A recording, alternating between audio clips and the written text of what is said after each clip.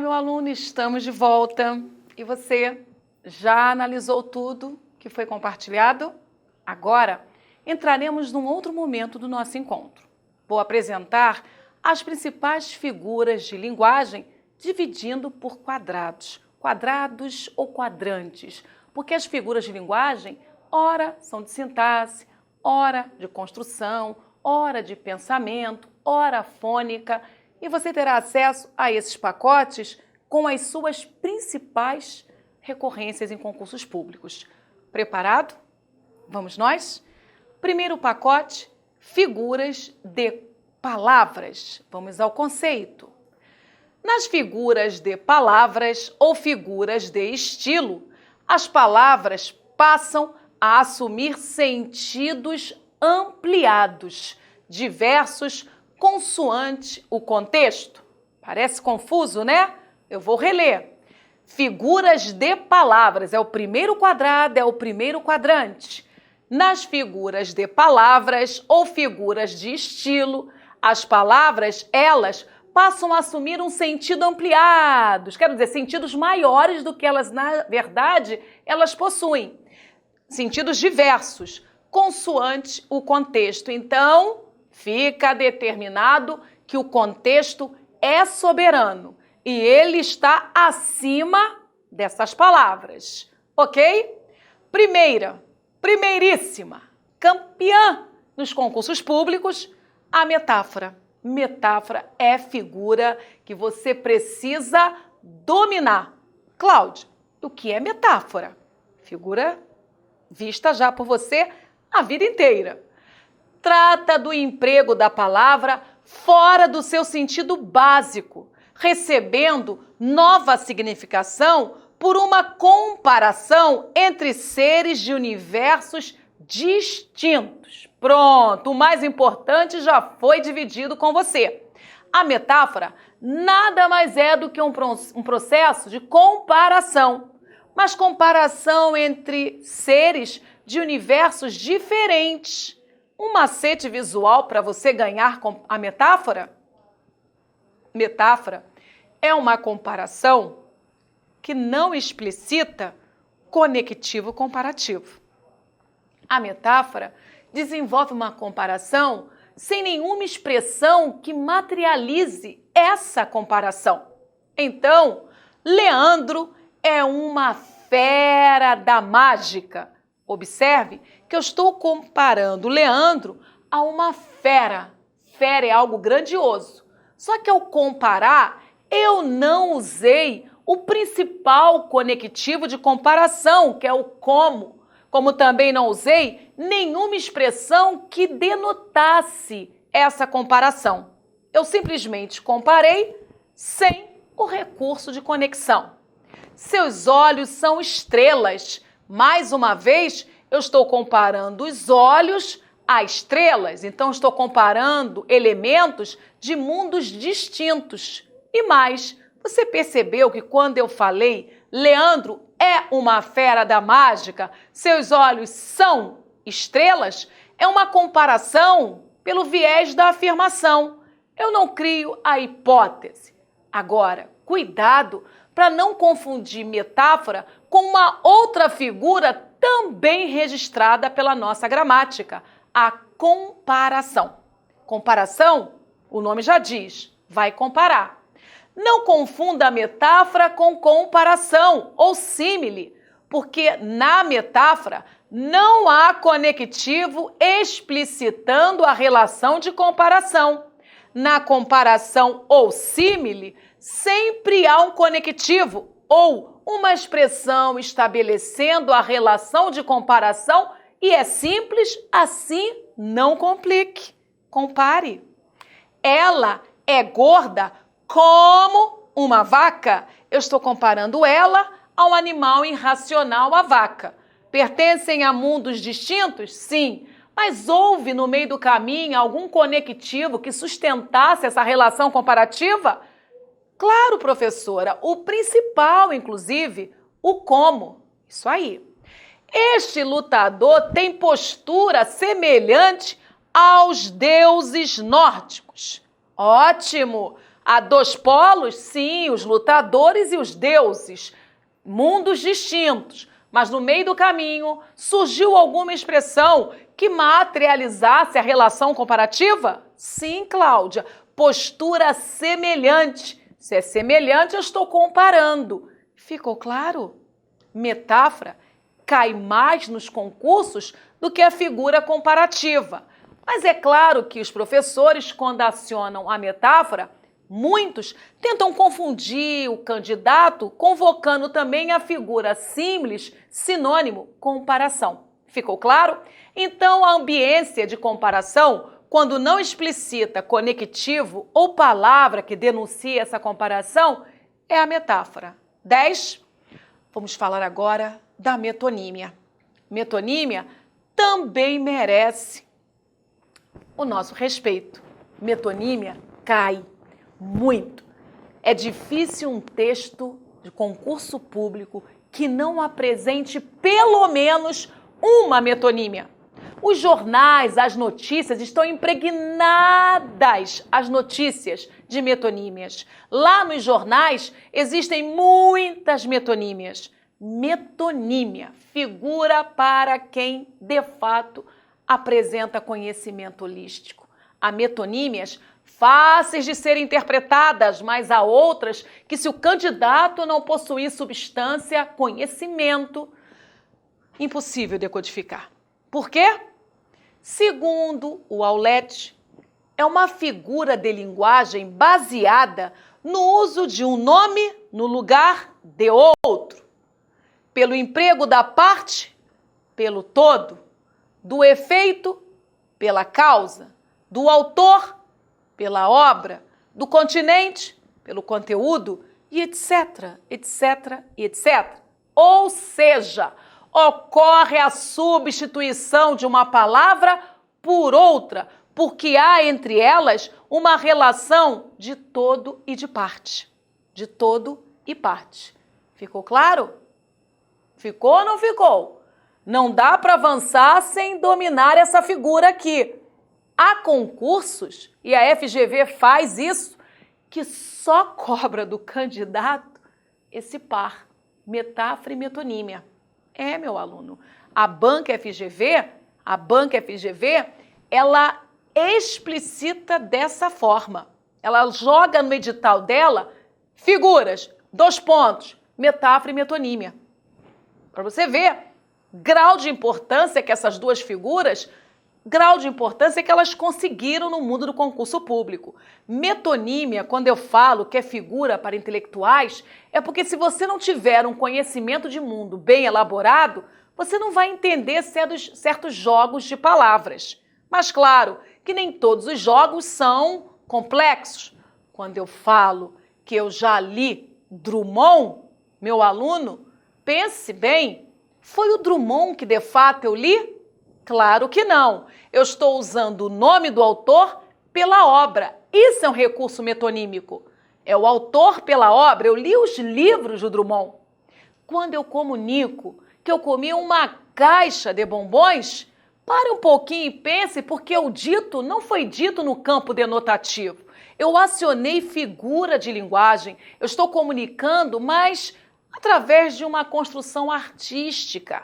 Porque eu não comi a caixa dos bombons. Na verdade, eu comi os bombons, mas eu uso o continente pelo conteúdo. Isto é metonímia, um recurso criativo, mas você, para decodificar uma metonímia, tem de estar ligado, atento, porque a metonímia está tão presente no nosso dia a dia que há momentos que ela acontece, mas nós não notamos e isso nos leva a um 0 no concurso público. É muito comum nos jornais, manchetes, Brasil sofre com a inflação. Ok, é verdade.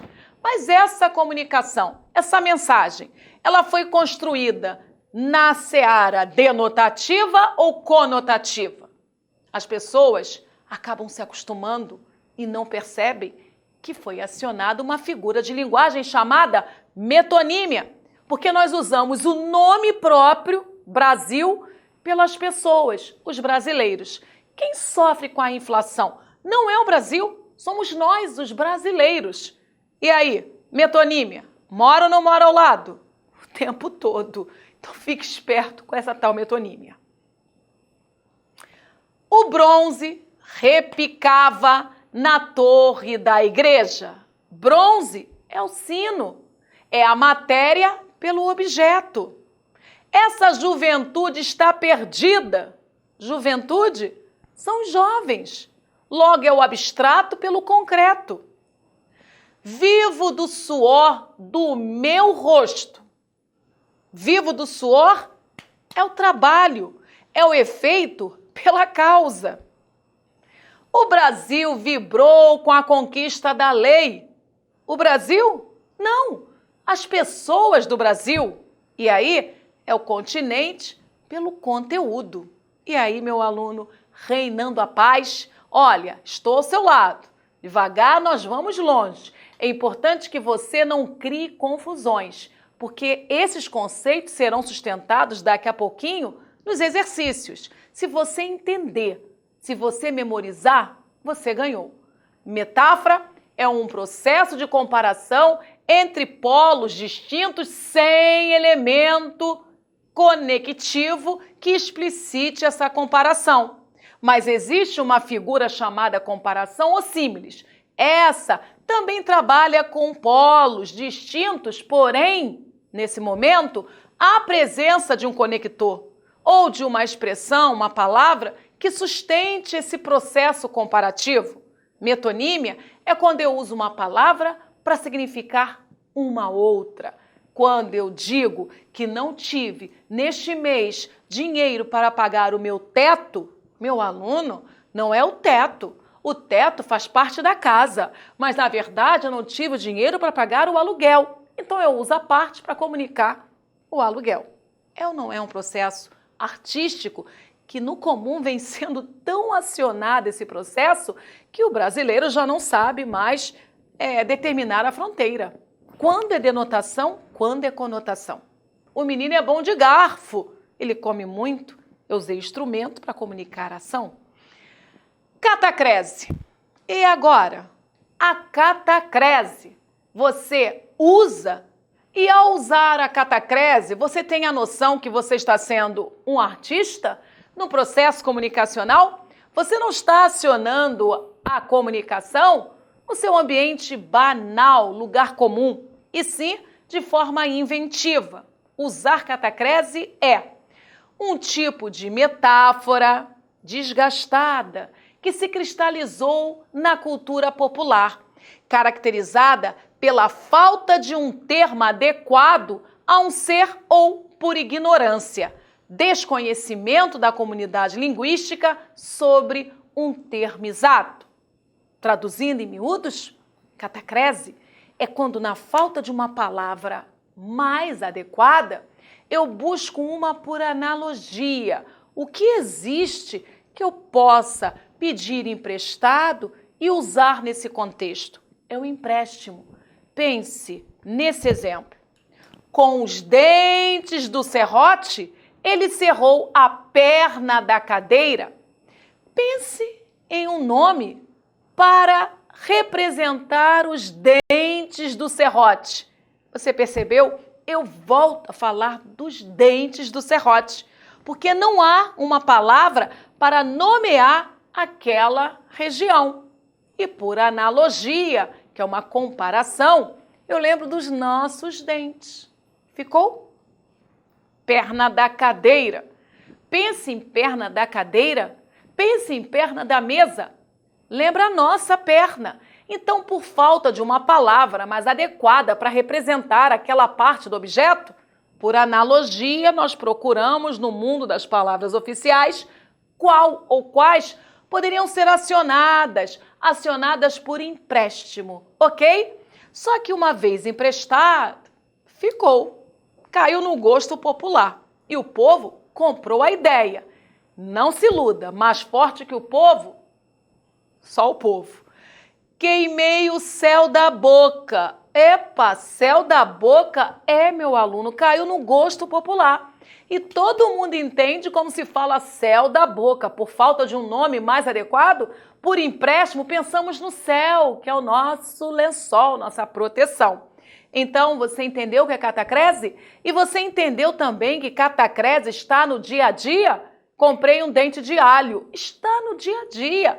E de tão presente, nós não conseguimos mais julgar o dente de alho como uma figura de linguagem. E é aí que está o perigo. Banalizar o que, na verdade, é artístico.